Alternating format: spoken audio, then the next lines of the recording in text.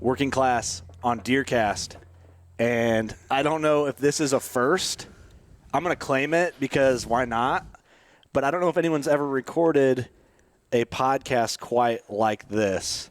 I'm with Mark Drury and Perry, and this is a specimen of a whitetail here. He's the guest, right? He's the guest, yeah. He's the guest on the podcast. We're just the co-host. We should have got him a headset. He's the star of the show. He is the star of the show. This is a showstopper. Do we want to go in right away and talk about how big this deer is? Because I don't know if someone's ever maybe someone's podcasted over a buck, but I don't know about a buck this big. Maybe, and we just pulled him out of the cooler. I mean, so he's cold. He's freezing cold. So we got him out of there to do this because Curt, he was coming over today anyway, and he was like, can we do a podcast over that deer? Because I killed him last night, and I was like, sure. I didn't know you killed this deer. True, yeah. And I was planning on coming today anyway. And, and then you texted me last night. We had a podcast at our studio. You texted me last night and said, hey, I have a surprise for you. And I'm like, okay, yeah, whatever that is, you know. And then you must not have been able to take it. You couldn't wait. Finally FaceTimed him. He FaceTimed me, and I'm like, what? And I'm like, he's in bed, and I'm like, how many times you FaceTimed me in bed or podcasted me while we were in bed? And I was like, hey, I got to show you something. So we were having a good time celebrating. We were having a great time. I don't think anybody watching or listening, if you're listening, you need to get on and watch this because no one would blame you for this. This is a whitetail unlike anything I've ever seen in person in the flesh. This thing is just exactly what you want in a big midwestern mature whitetail. And I don't even know where you want to take this story first. I don't know where the buildup is on this. But all I know is I'm excited to be talking to you guys and podcasting true hunting camp fashion over the whitetail himself. Yeah, you don't get any more raw or in the moment than this. I mean, he hasn't been dead 24 hours yet. Yeah, no. Yeah. It's a long story with this guy. In fact, we're doing a series called Deer Season 21, and during the summer, we have summer picks from a lot of different farms and whatnot, and he was really the best deer we had pictures of, obviously. Yeah. And Josh was like, I'd really like a big deer for the static, the thumbnail on YouTube. Yeah. And I was like, use this one. He's the biggest deer we have pictures of. Yeah. And he leaves every year. So I said, go ahead and use him because he ain't staying anyway. I mean, I've had pictures of him since he was 3.5. Yeah. And he'd shed his velvet, and he would either leave just prior to shedding his velvet or the moment he shed his velvet, and he was gone. Just wasn't his fall range is what you were thinking?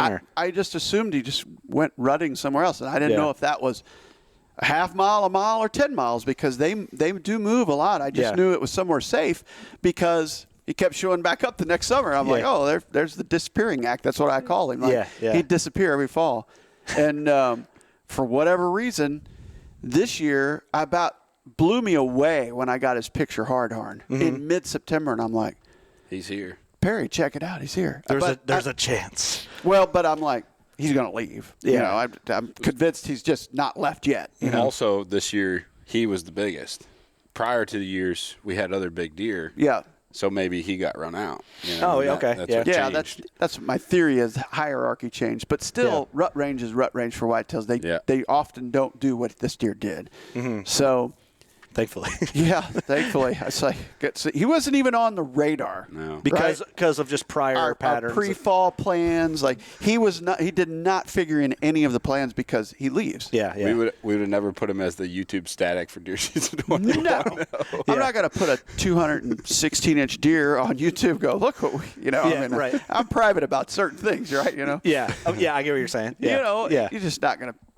Everybody. I was convinced he was going somewhere else. So for sure. That's funny. I mean, it's like I knew he was an incredible specimen. We got pictures of him this summer. I was like, oh man, look what Disappearing Act did this summer, and I knew he was entering he's 6.5 because I've had pictures of him since he was 3.5, and I was like, oh my goodness, and then mid-September I'm checking a Reconyx camera and I'm getting pictures of him, and I'm like, he's on the farm. And I'm like, I can't even believe this. And then 30th of September, last picture. Gone. Nothing. I'm like, all right, now he left. He was just a month okay. behind. Back to the pattern. behind. He did daylight, though, that day. Like, he was out in the plot. He daylighted on the 30th, and then not another picture. And I was like, now he went wherever he goes. For sure, yeah. And then Which would make sense for what you knew. yeah. Mm-hmm. So the night of the 6th of October, I get a picture at 11:30 p.m. On the plot he had daylighted at. So it's the middle of the night, and I'm like, sent it in a group. We have a group text or a group shared album. Myself, Perry, Wade, Josh, Carson, Taylor. It's like, you know, I look at all the cell reports daily from Missouri and Iowa, and I throw them all in the shared album so that everybody sees the information that I pulled out all the files. Yeah. And I'm like, I text Perry because Wade's in Alberta, and I was like, he came back. I was like, we got trying tomorrow night At 11 at night. 11 at night. Yeah. Middle of the night picture. I'm like, we got to try. Yeah, we got to go. This may be our only opportunity to hunt this deer. And I went back and looked at his pictures from I think it was the 28th or 29th of September. I had a middle of the night picture of him, and then he daylighted on that plot the next night. And I was like, we're liable to see him. Yeah. Yeah. And all day yesterday, this was the most eerie thing about this story. Taylor came to me 4 different times. She'd grab me and she goes, "You're going to kill that deer tonight." She goes, "I just feel it." She goes, "I've got this strong, eerie, crazy feeling. You're killing that deer tonight." I mean, her intuition was, it gives me chills to think about kidding. it. She was emphatic about it. She told said it everybody in camp multiple about times. it. Multiple Really? times. She goes, "You're killing him tonight. I can feel it." And sure enough, like Perry, we were in the blind, and this setup is like basically a football field, whitetail deer radish plot, and then 300 yards or 250 yards of grass that's tall as Perry, you know. The nastiest you've seen. It's Really? a jungle, Yeah. right? And there's big willow thickets. It's a big bottom field, and we have 30 acres of solid cover at the south end of this bottom and a plot in the middle of it. Yeah. And Perry's like, I see deer back there. Like, I saw some movement in the grass, just quick, A flash or fleeting whatever. glance. Yeah. And I threw my Leopolds up, and he was in one hole in the grass, standing there facing the plot. And I go, "It's him." I go, "It's him." And he couldn't see him. So I grabbed the camera, got a little footage, and then he spots him, so I give it back to him. Yeah. Yeah. And he marched through the grass. It's like a parting of the Red Seas. The grass is just like his rack is coming through that grass, and he comes 200 yards and everything. He's just moving the grass and just nothing like shaking us to the core. Oh, right? I can only imagine. Because he's a showstopper. Don't mess up, Perry. Get it No, on film. When you get in a moment, like, you have faith in who you're with. Hey, Yeah. There's not going to be a Slow mess the up. game down. 100%. I was trying to. It was almost impossible. To be hard with this. It was almost impossible. Yeah. I mean, like I said, but he's the star of the show. Like, you just don't see whitetails like this. My buddy Jim Burns growing up hunting, they just don't come around. Nope. That's what he always said. They don't exist. Yeah, right. They don't exist. Yeah. You know? Yeah. Look at 1.5 million, 2 million photos a year, and these are never in them, right? Yeah. He was this year, but that's only because he reached, an age of 6. Everything worked out for him. And maybe somebody will watch this podcast and go, "I know that deer, and I'd love to know That'd be cool. where he went every year." Yeah. Yeah. I always wonder that. Somebody knows him, I would assume. I would think so. A deer like this, even someone sees them on, like, cross a road somewhere in front of them. Like, you see a deer like this, and you go, "I saw a." That's how legends and rumors get spread. Is deer like this? Yeah. Deer like you've never seen before. Deer like you've never seen before. And I wonder if. I always wonder when we talk about big bucks like that, if those kind of more behind the scenes stories will come out after. And Sometimes they do. it's cool, I think, like we did the giant tracker with Munson, that big buck, and he found out afterwards when they were butchering it, they found a broadhead in it. Oh, wow. And that was kind of came in, I think, after the giant tracker article write-up segment was posted on DeerCast. And I wonder if that person will reach out and sees this and say, "Hey, I shot a buck last year that looks similar to that." You know what I mean? Yeah. Anything like that adds to that buildup for that whitetail, which I think is cool to their timeline. It is cool. Cool yeah, story. I'd say. So, you could get. He went straight to the cooler.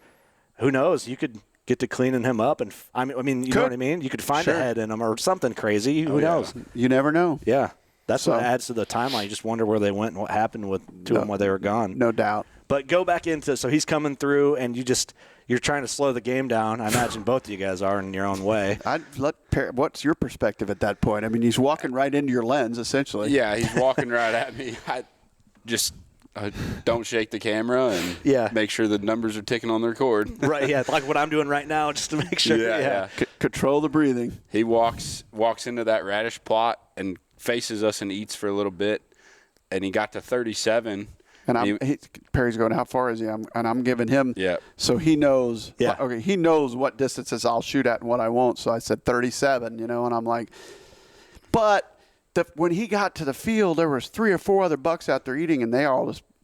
They're like, later. It was funny. They all stopped eating, and they all walked right past us at under 30. Yeah. And on either side of us, and I'm like, he's going to follow him. Yeah. But he didn't. He cleared the plot, and then he put his head down and didn't stop eating. He's like, all right, this is He mine. was mauling those deer radishes. Perry's got footage of him hanging out both sides. I mean, it's a whole plant just in his mouth. Really? Yeah. They love those deer radishes, man. No kidding. Yeah. And he turns broadside and kind of walks away from us a few yards, and I was like, I just lost yardage, because he's at 37. I thought he's going to continue to work past us because behind us, behind all this brush, is a huge 20-acre corn and bean field, right? A destination food source, which is generally the flow. They come through the green and they go way out in the middle of the big bottoms. But he didn't do that. He turned away, and I'm like, ah, stupid, dumb. I just passed a 37. Idiot. I heard the release clip onto the string when he turned away, and I thought, okay, we're in business. And then he parks himself directly behind the scrape tree. We have a scrape tree in this plot, and just stands there. We lose another 5 minutes right there. Yeah.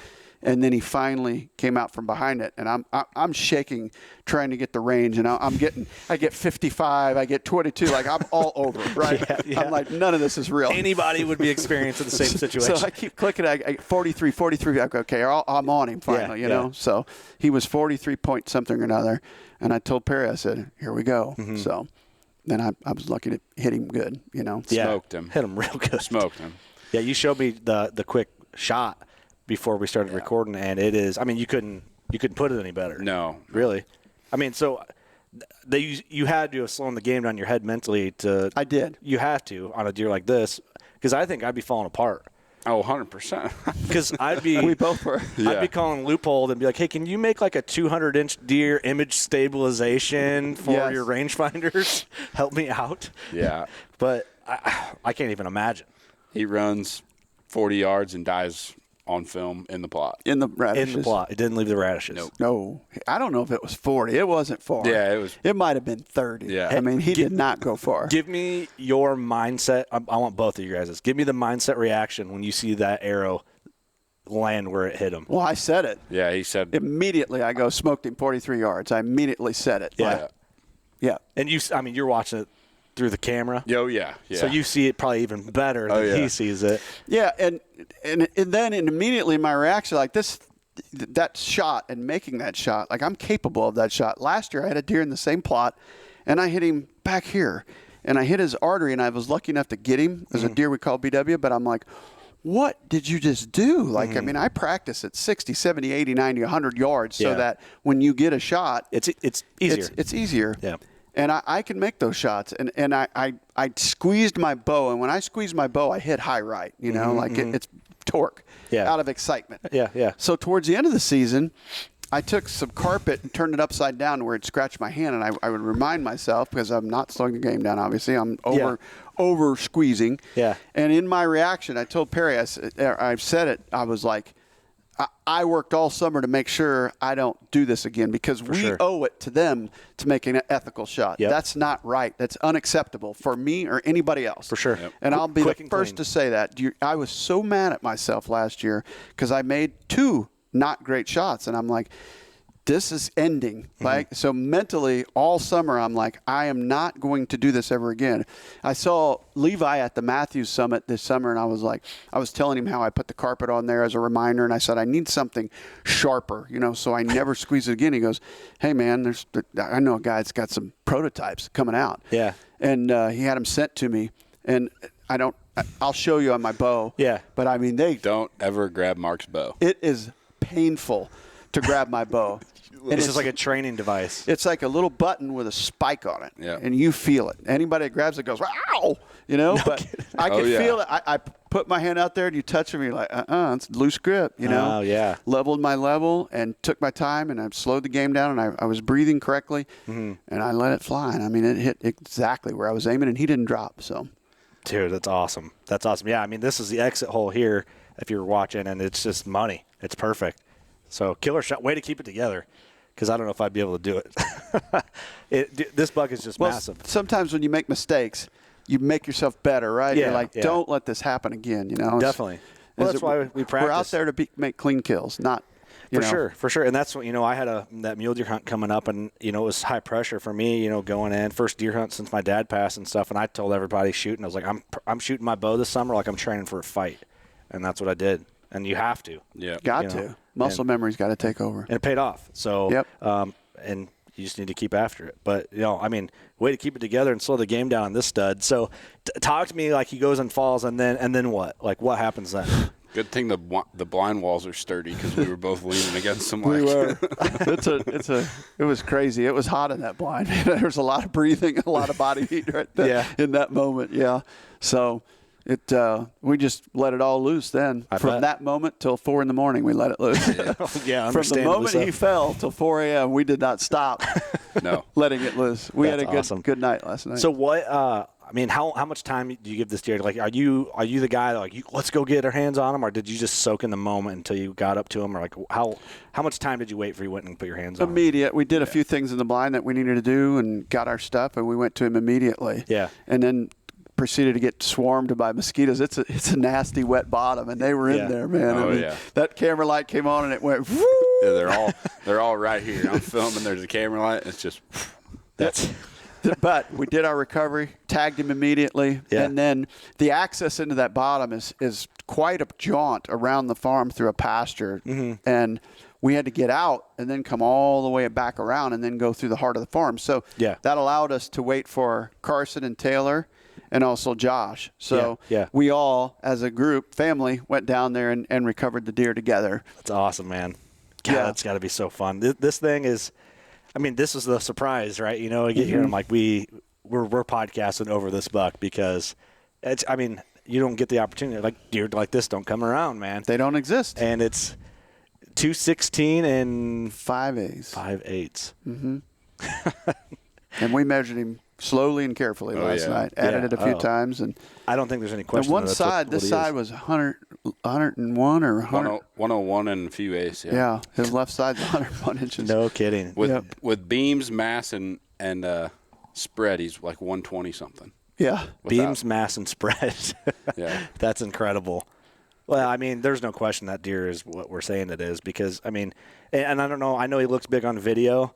But when you get around a deer like this and you're taking photos with your phone and you're looking at it, it's incredible. Well, his beams, one was 29 inches, one was 30. Those don't exist either. That's insane. No. That's absolutely insane. I'm an official measurer, and I always say, like, you start to see good measurable deer at like 25. Like 24 is getting good. Like 25 beams is like getting really, good beams. Really good, yeah. So you get bucks. You see a lot of beams in the 20 to 22 inch range. A lot. Most deer are 20 to 22. Most mature deer are 20 to 23. Yep. And then I know, like, you get a buck that does 26, 27 beams. You're like, ooh, good beams. Good beams, Different class. My old man's last buck, I measured the buck. He was a clean 8 with a kicker down here off his base, like right above his eye. I'm guessing, he's probably mid-40s, a good 8, just like an 8 with that. I measured it, and I didn't account for his beams and his threes. 160 even, 27-inch beams. And I'm like, well, but he's shaped funny. Because you never look at one and go, oh, he's got a 27-inch beam. You can't anticipate that because it's so rare. Well, and then the way the buck grew, he was like cantered a little bit. Like one beam kind of went in, and he grew kind of off to the side, so he was deceiving. He looked tight on one side, but wide from the other. And so I'm like, 160. So I measured him 2 other times. I'm like, oh, yeah, I didn't give him the credit the deer deserved, really, for what he was. So, yeah, a deer like that is just – he's got everything. He really does. He's got it. And he had our full attention, I can promise you that. Yeah. He did not leave property. He stuck around just long enough to pay for it. we're very blessed. Like I said, he went from not on the radar to, let's go try. Maybe he'll come out. Yeah. I mean, literally that. So what do you think? I mean, you said you got the picture of him, at like 11:30 p.m. and then he daylighted it, and then you got a night photo of him. No, or he had been gone a week.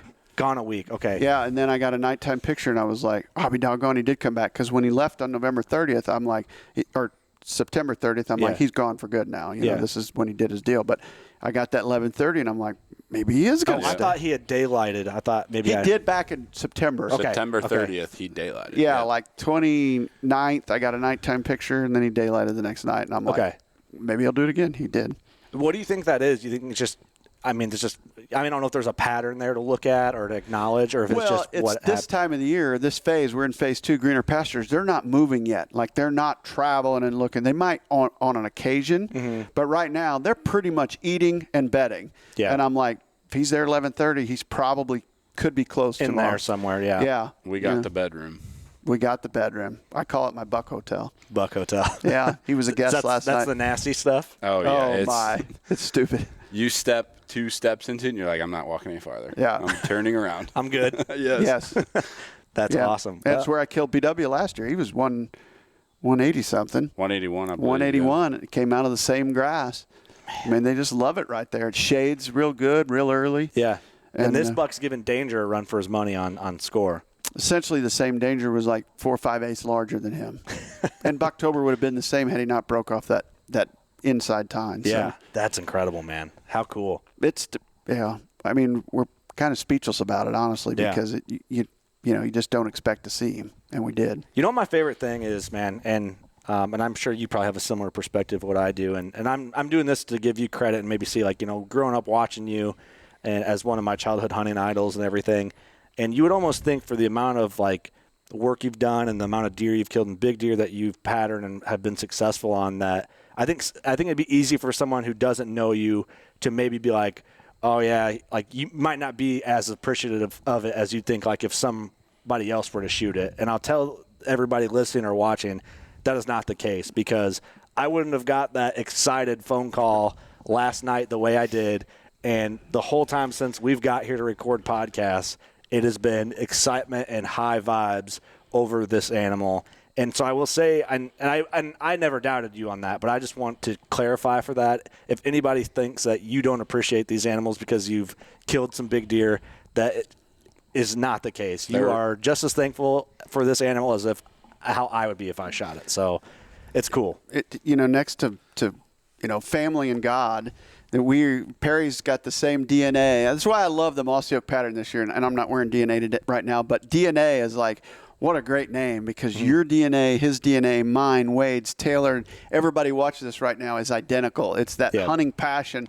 It's the reason we all go out there and do it. And, whoever would have been sitting behind it, like the feeling is unbelievable. It's euphoric. Yeah. It's a euphoric sense of, holy cow. Yeah. It's like a deer you just don't ever get to see, and then to have the opportunity to have pictures of him, and then to go see him, and then actually kill him, like it's a rare occurrence, and we feel so blessed and thankful. Yeah, and it's that DNA that keeps you going and loving it and loving what we do. Like I said, God, family, and country, frankly. And then white-tailed deer and wild turkeys, and probably wild turkeys and white-tailed deer. But come on, I'm the same way with every wild turkey, right? Oh yeah, every single one, I freak out. Like I love it so much. Yeah, turkeys are cool. I'm not saying they're not. Turkeys are life. There's no turkey that's this cool. Perry, I'm glad it occurs in the spring. Come on, Perry. I'm a turkey hunter. Come on, man. I'm the only guy in here that. I love big whitetails, but if I had to pick one, I was turkey hunting. I'd pick it too, and that's saying something sitting here over 200 It is. Hey. To go back to your point, if Mark wasn't excited, he wouldn't have FaceTimed you at 11:30 while you were in bed. Right. I'm like, well, I got to answer. I didn't care either. Everybody's like, you can't do that. I go, oh, yeah, I can. Watch me. I go, he has called me so many times in bed doing a podcast, and I'm like, what, Curt? Finally got him back. So. That's what you said, too. I'm like, Mark, I'm in bed. How many times have I answered your phone calls late at night to do podcasts? I'm like, check this out, bro. Touche. Oh, okay. That's worthy of a FaceTime anytime.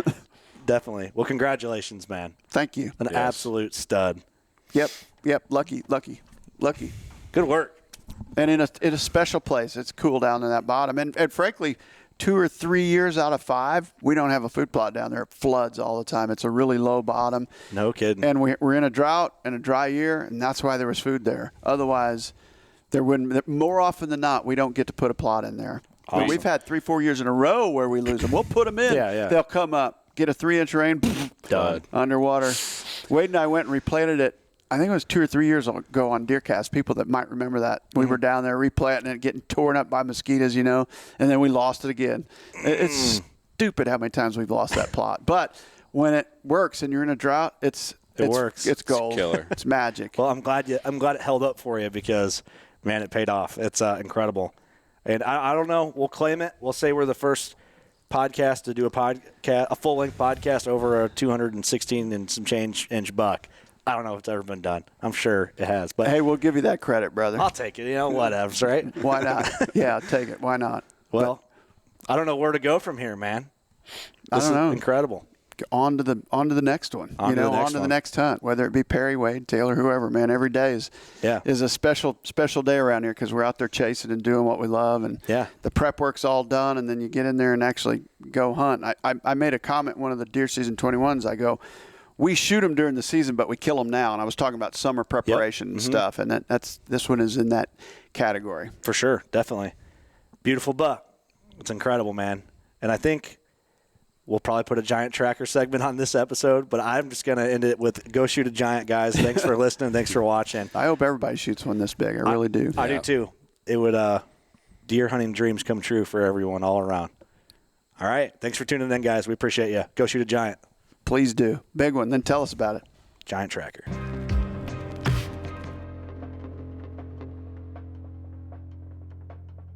All right, guys. Giant tracker segment number 3 at this point. And so big bucks are already falling. This is a fresh one from this season. And Michael Munson's joining me on this segment. Thanks for doing this kind of during the workday, kind of last minute. But, man, what a killer buck you got already this season. Thanks, brother. And no problem at all. It's an honor to be on here. Man, I shot him in Southeast Kansas. I was actually reluctant to even put in this year because I have a new son at home. He's a year and a half, and I was really wanting to spend a lot of time with him. Yeah. So I put in for Kansas muzzleloader thinking I wasn't even going to draw out because I was going to put in for a preference point, and when it came time, I was like, oh, I drew out. So I've hunted the same place up in Kansas forever. And man, it's just the daytime. I just don't see many during shooting hours. I'll have some 160s, 170s, just every few years. Well, I was up turkey hunting in Kansas a few years ago, and my cousin had told me I need to come up and try his place. I'm like, well, I knew there was some bean fields around, there's some crop fields around, and there was some good cover, but his was all Bermuda pasture, and he'd been running cattle. Well, I went and set some cameras up there, some cellular cameras, and for 2 or 3 months and had nothing on camera. Like, yeah, that's encouraging, right? I was like, well, this is going to be another year, another wash. Well, I'm going to get to spend some time with my son. And then we were working cattle at work. Oh, what was it? It was earlier towards the beginning of the month of September, which season opens there the 13th. Oh, pretty dang early compared to everywhere else. Yes. Yeah. And I got a text on my phone or, notification. Yeah. And there was this giant, and my heart immediately started racing. A buddy that works with me at work, I immediately said, look at this, I'm probably not going to kill this deer, but look how big he is, I was pretty amped up. So this bug just showed up out of nowhere. You had no hints that there might be a stud like this or anything. No, I had no inkling at all. I knew there had been history of big deer here. My cousin was telling me, but I'd ran cameras for 2 months with does and a few spikes. Well, he rotated his cattle out of, this buck was coming from some heavy timber and cutting across this. There was a little draw, and he was cutting across it on my cousin, then going out to this bean field at night. Mm-hmm. Well, he would come back conversely, he would come back in the morning. And I didn't hardly have any cover out there. There was one little cedar tree tucked in the middle of, it was right in his fence line. And it was about 200 yards from where I thought he'd been traveling. So I decided to set up there, and just like in a ground blind, or what, or did you set up like with no blind, or what? I talked to one of my best friends about it. You know, Brian Beecham, him and I had done a lot of talking back and forth about, you know, trying to set up. I went up there a couple weeks before season, and I'd found another cedar tree to the south, and I was gonna set, or I guess it was to the west, but for a south wind, I was going to set there. For a north wind, I was going to set at this cedar tree, and that's where I ended up killing them. Yeah. But it was just like there was hardly any cover. I didn't put up a ground blind because I was scared, you know, it was going to push them out of the area. I'm always scared of that too. You know what I mean? Like, cause I don't know, I'm not a big ground blind guy. I want to kill like a big buck out of a ground blind, but I'm always really weary about that too. Like popping one up and then making it kind of like have a buck on a pattern, like reroute, and then you're kind of out of the chips. Yeah. So tell me, like going into that point, you kind of scout out these places. How many trail cam photos were you getting of this deer leading up to that point? It was like September 9th, 10th, and 11th, which is 3, 4 and 5 days before season. Yeah. So you're getting like really excited at this point, I'm sure. Oh, I'm getting really excited because I actually got a daytime photo on the 10th. And oh, dang. So right in the wheelhouse there. Oh yeah. I wasn't as excited until I got that. And that, right at that point, I showed the picture to my boss. And I'm like, man, if there's any way you can please let me off, you know, just for this early season muzzleloader, I'll work however many hours I need to for the rest of the season. You know, I had to do whatever I could to try to get it I done. mean, yeah, I don't blame you for doing that. It's a decent trade too. Yeah. Yeah. So now I'm back at work hooked up. That's kind of the give and take. It kind of, and then he let you off to do the podcast. He's like, man, I didn't think this deer would create all these obligations. I bet is what he's thinking now. Oh yeah. Yeah, I know. Now, yeah, I thought he was going to be here every day now. Yeah. What the heck? Well, so thank you, Jim, for letting me off for a little bit. Yeah, shout out to your boss. Thanks, Jim. Yeah, shout out to my boss.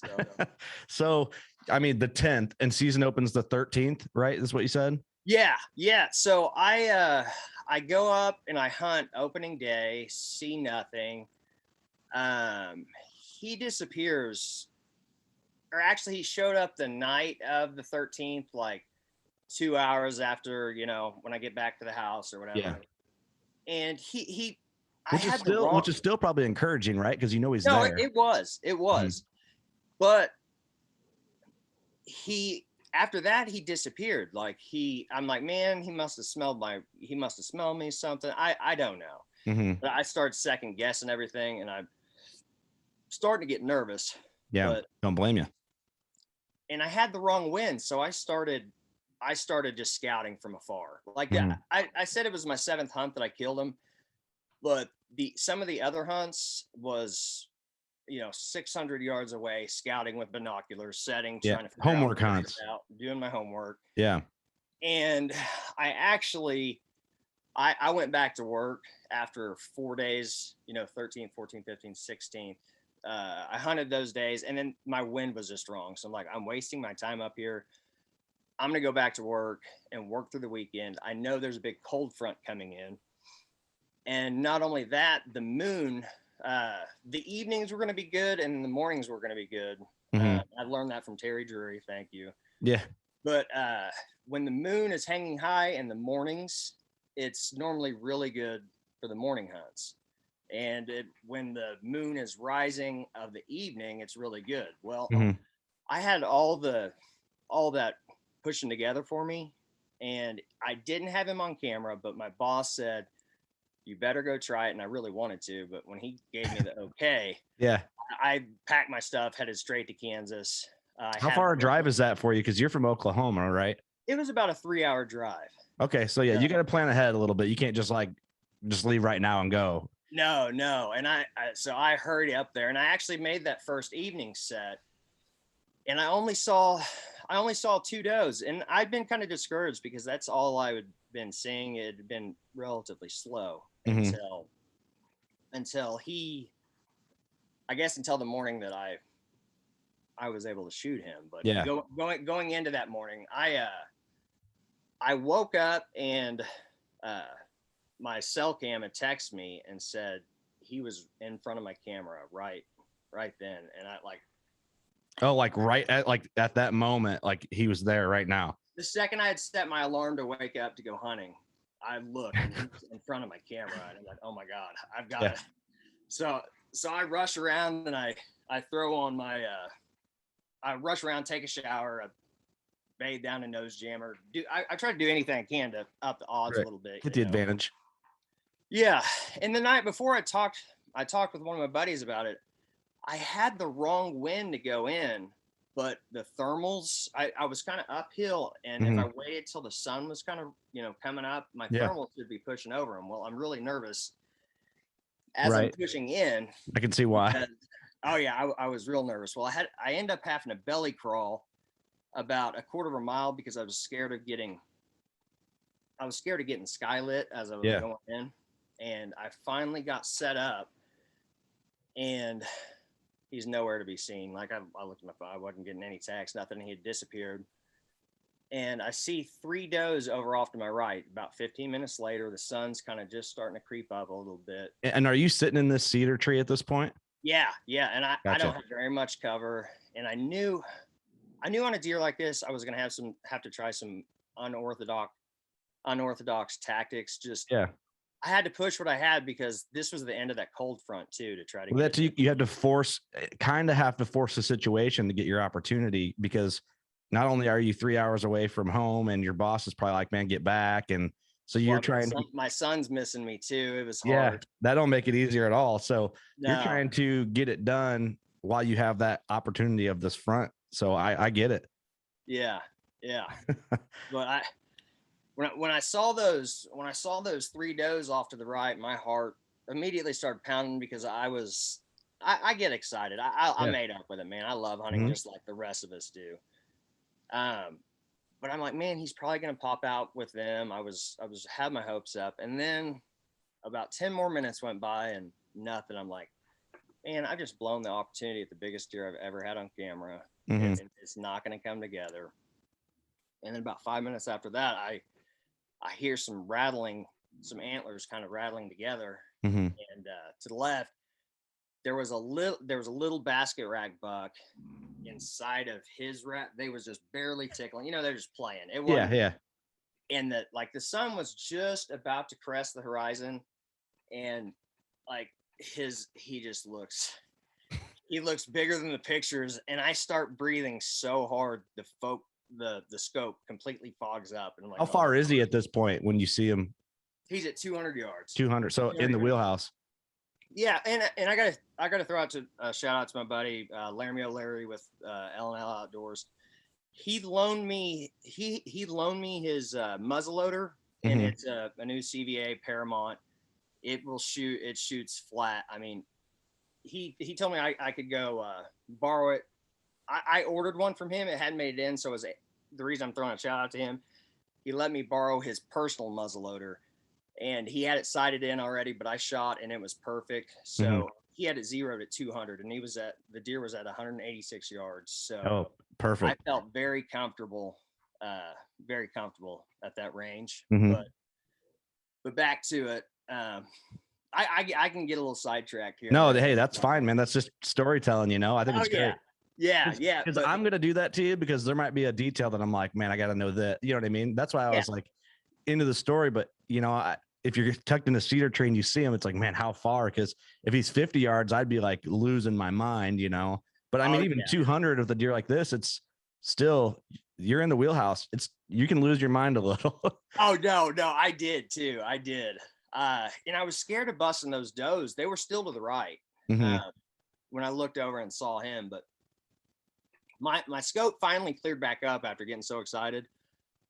I actually had to pull my head away and bring it. Like I had to breathe for 45 seconds to let it. I'm like, he's a deer. He deserves a clean, ethical shot. Of course. You need to calm down, calm your nerves. Well, I got back on him and I get settled in. I had a tripod and everything, because I wouldn't shoot out that far unless I felt really comfortable. Yeah, of course. So I go to put a little bit of pressure on the trigger and I have it right. Like I have it right on the front of his shoulder because he's 1/4 harder than I wanted. And I was going to wait for him to turn broadside. Well, I'd only shot that muzzleloader one time before. And to be honest, I put just a little bit too much pressure and that the bucks had just pulled apart and I put a little bit too much pressure and it surprised me. It went off. But I looked up and I seen white belly and I was just, I had tears rolling out of my eyes. I called my best friend. I called my boss to thank him, like it was kind of a cluster, to be honest. Like if you know me, things aren't always orthodox. Like, well, that's a lot going on. Like your brain's trying to process the situation. So when it went off, you probably were like, oh crap. Oh yeah. So then, but I knew I was solid. So I was a little relieved that it went off because I knew I was right on him, but I wasn't trying to quite shoot yet. I get you. It was kind of like a catch-22, but whenever I looked up and seen white belly, I was like, okay. So was it like classic TV muzzle loader? It's like fogs everything out, then it clears off, and then you see the belly, or how was it? No, with this shoots that buckhorn 209. And it didn't fog up. It didn't fog up real bad. I immediately looked up and seen that little buck running off, and I only saw one deer running away. Before I saw the white belly, I only saw one deer running, and I was like, oh, please, please, please, please, please. And I was looking with my eye, and finally, when I saw that white belly, I didn't yell, I didn't anything. I just kind of sat there and took in the moment. I just took in the moment, cried, and then I when I was calling my buddy, I was like, I couldn't hardly talk. And he's like, dude, you've got to just go get up to that deer. And I called my boss as well, but I was trying to get reloaded, getting everything out of there. And I made sure I got reloaded. I didn't want to get up there and him. Yeah. Just in case. Away, but when I finally made it up to the deer, it just felt so surreal.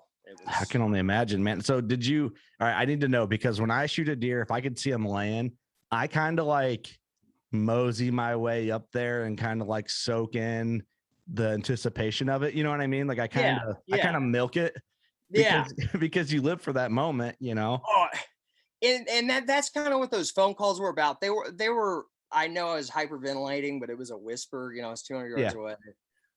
And that's kind of what those phone calls were about, was trying to share the moment with friends. Cause of course I enjoy, that's one thing. I used to do some filming, and I still do some self-filming. I didn't this because I didn't want to mess it up. Right. But it's just fun sharing the outdoors with other people and people that you love, So definitely. Well, I had a couple buddies. I actually was fortunate enough to have two friends that killed big deer. One guy killed my buddy Ross killed like a 202 inch with his bow, and then my other buddy killed, I think it went like 196 or something with a big like club off the one side, and that's cool. We named him Tommy Tomahawk. And so I'm hunting in Indiana, and he calls me, and I'm in the stand. I tagged out in Illinois, so I'm like low pressure, like just kind of relaxed hunting. And I see his name coming across my phone, and I'm like, he did it. So I answer, and he's like doing the same thing you're saying. It's like, and I'm like, I'm like, slow down and take in the moment. Like, don't rush over there to him. Like, let your dad meet you at the gate, and go get your dad, bring your dad with you. And like, like, take in the moment for as long as you can, and just like appreciate it. So that's what I do. That's why I was wondering that, because a lot of guys, excitement, you see guys on some TV shows will run up in there and. Oh no, when I was younger, I'd made that mistake before, actually with turkeys. I'd done that with a turkey before, and it got away.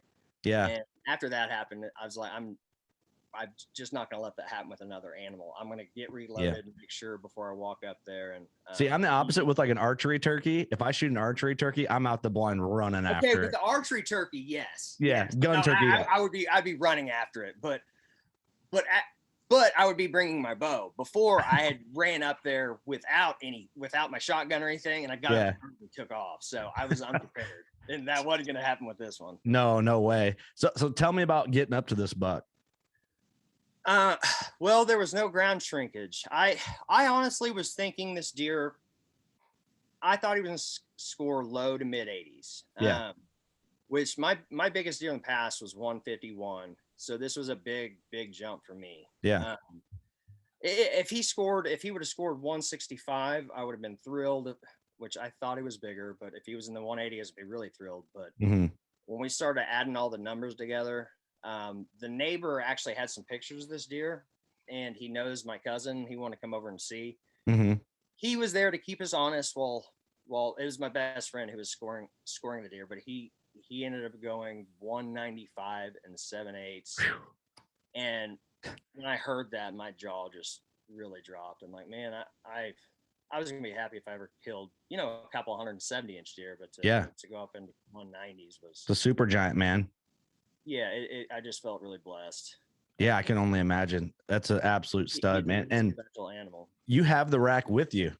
I do. I took him to the processor and then took him to get mounted, and he cut it off, and I'm going to bring it back to him when we're done. Yeah. It's one of those, hey, can I take the rack with me? I don't trust anybody. Yeah, I don't want anybody stealing that from the shop right there, but it's, wow. I don't know if I can get them all. I may have to scoot back some. Yeah, I mean, that's a good problem to have. Yeah, man, he is cool. He just had a lot of character. He had 16 scoreable, like you can see right here. His G2 was split here. He's going to. He's going to gross. He grossed one night. I don't know what he netted yet. It don't matter, man. That's what he is. That's what I would say. Horrible. Here's one of the kickers he had on the side. And this is one thing I loved about him. He carried here on his G2 or on his 2, 3, 4, 5, between his 5 and main beam there. Yeah. That is actually would have been one, or like, look how much mass he carries. Yeah. Right there. The thing that surprised me most is why he went so big was the mass on this deer. That too, and he's just got a big, wide frame. He's just really impressive looking the way he carries everything through. I didn't really want to share this on the podcast because I didn't really want anybody else knowing. But don't say anything that you don't want out there. Oh no, it's okay. There was another really big deer, probably in the mid 70s. Mm-hmm. And I actually, that opening week, I'd seen some does, but I saw him right at last shooting light one last night. And I had really thought about shooting him, but I'd made up my mind that I was just going to hunt him. But going from 150 to whatever. And then, but it all ended up paying off, and it's an absolute giant, man. Congratulations. Yeah, thank you. I think within a day of you shooting that, I got text messages from Mark about it. He was like, cool. Check this out. I'm like, oh man, that is a stud. Well, like I used to film for Terry, and I got a hold of Mark and Terry. I asked Mark about John Dittmer, taxidermy, and and he said, well, send me pictures, see what you got. And he had nothing but nice things to say. And I really appreciated Mark, and I appreciated Terry. I enjoyed our conversations, and I really enjoyed my time with you guys too. I learned more than I could even I can only imagine, man. Much, being around those guys. So. Well, dude, I'm happy for you on that deer. That is awesome. And to get it, so October 1st is when our season opens here. So at the time of this recording, it's season here in Illinois and Iowa today, just open, but it's hotter than heck. But I'm going to probably get out and try and wax a doe or something in one of my low pressure areas or something like that. But cool, man. Like doing this, I'm hoping this is rubbing some good juju off. I know. I hope so too. Our opener was actually today in Oklahoma as well. So good luck to everybody out there. It's cool, man. You got pressure off you. Tomorrow's my birthday. I've always wanted to kill a birthday buck, but I told my wife after I killed this one, I'm not going to do much more hunting the rest of the year. But I was talking to her last night about maybe going tomorrow. Said my birthday. She said, well, you already killed a buck. Why do you need to go again? I said, well, I've always wanted to kill a birthday buck. It's my birthday. Well, happy birthday, man. Hopefully you can pull that off. I mean, you got to feel good about, getting a super giant like that, buck of a lifetime. And then now like pressure's off, like days that it's not perfect, like weather condition wise, like you can hang out with your boy and not feel like that hunting guilt. Like I should be out there, or whatever. Like I have that eats at me. If I have a tag and I'm like, I should be going, but it's hard to leave the family sometimes. And so it's going to be a lot easier to sit at home and hang out with my son and just relax some on the weekends now. For sure. I love it, man. That thing's an absolute giant. So like, were you just having a bunch of people hit you up about it, or is there anything else? Like, you said the neighbor had trail cam pictures. Did you learn any more about the deer besides the neighbor?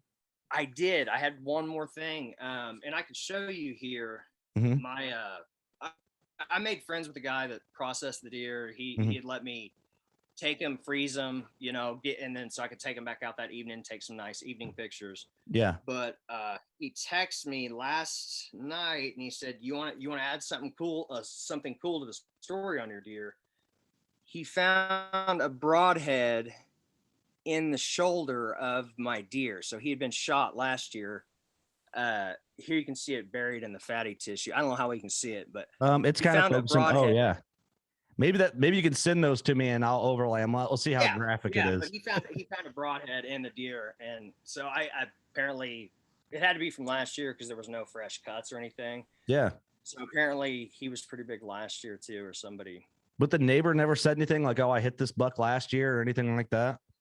No, but there was hunting pressure from northeast, southwest. I mean, there was pressure from every corner. So it was probably a different neighbor who shot him. I'm wondering if once this podcast comes out, if you'll get somebody like, hey man, I hit that buck, or I didn't realize it, but that's the buck I shot. You know what I mean? Something like that. And if so, that'd be really cool. So he could know and maybe you could get some trail cam photos from the year prior. Yeah. You know what I mean? Yeah. No, because this was my first year on that farm. So. Well, it worked out. That was really cool to have. Yes. Well, I appreciate you taking the time to chat with me in the middle of the day like this. And man, it was awesome talking to you, and kill a birthday buck, man. And then we'll do another giant tracker segment with your next one. Yeah. If I shoot a 120-inch 8-point, old deer, I'll be happy. So yeah, I'm not expecting another one like this for quite a while, but hey man, I mean, it really is a buck of a lifetime, but I've seen crazier stuff. There's, one of my buddies, Ross, he shot a 200 and he's like, oh, that'd be the biggest deer ever shoot. Then he shoots another one 5 years later. That'd be the biggest deer ever shoot. Then last season he has 3 200 whitetail. Well, hopefully we can keep the ball rolling. It wouldn't hurt my feelings any. I'd feel blessed, but I'm happy with where I'm at right now. So when I grew up hunting in Fulton County, Illinois, and one of the guys I grew up hunting with, my dad killed a 191-inch like mainframe 8, just a giant. And I always remember him saying, deer like that just don't come around. And I was like, man, that is so true. It's just not common for a lot of people to have deer like that come around. So you'll go down as a legend in your family, I'm sure, because of that deer, which is cool. Well, thanks, man. I knew getting those pictures I've ran cameras on some pretty nice places for a long time now and never had anything like that. And I knew I had to put the time in and do everything in my power to try to get it done. And luck, there was a lot of luck came together. Yeah. Well, it's cool because, this is the third giant tracker segment we've done. And so far, everybody we've talked to is very aware of the quality of the animal they shot and very respectful and appreciative of it. And that I love seeing that. I think that's how everybody should be, because you always kind of, I'm a measurer, and I've talked to a lot of guys who've shot super giants, and a couple of them were kind of like, yeah, you know what I mean? Just not really into what it was. And I'm like, man, I don't get that.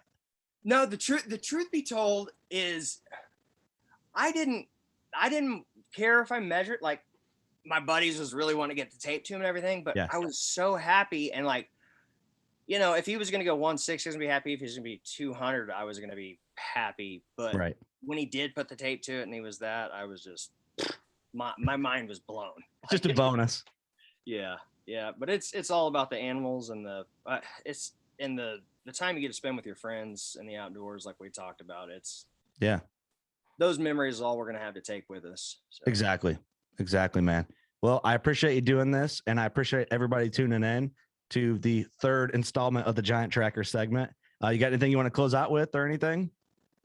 Just good luck to everyone. Today is opening day in a lot of states, so everybody stay safe, and hope you guys have a great year. For sure. All right, everybody. Thanks for tuning in. Thanks for listening. Thanks for watching. You know what to do. Go shoot a giant. Appreciate you guys. Good luck out there.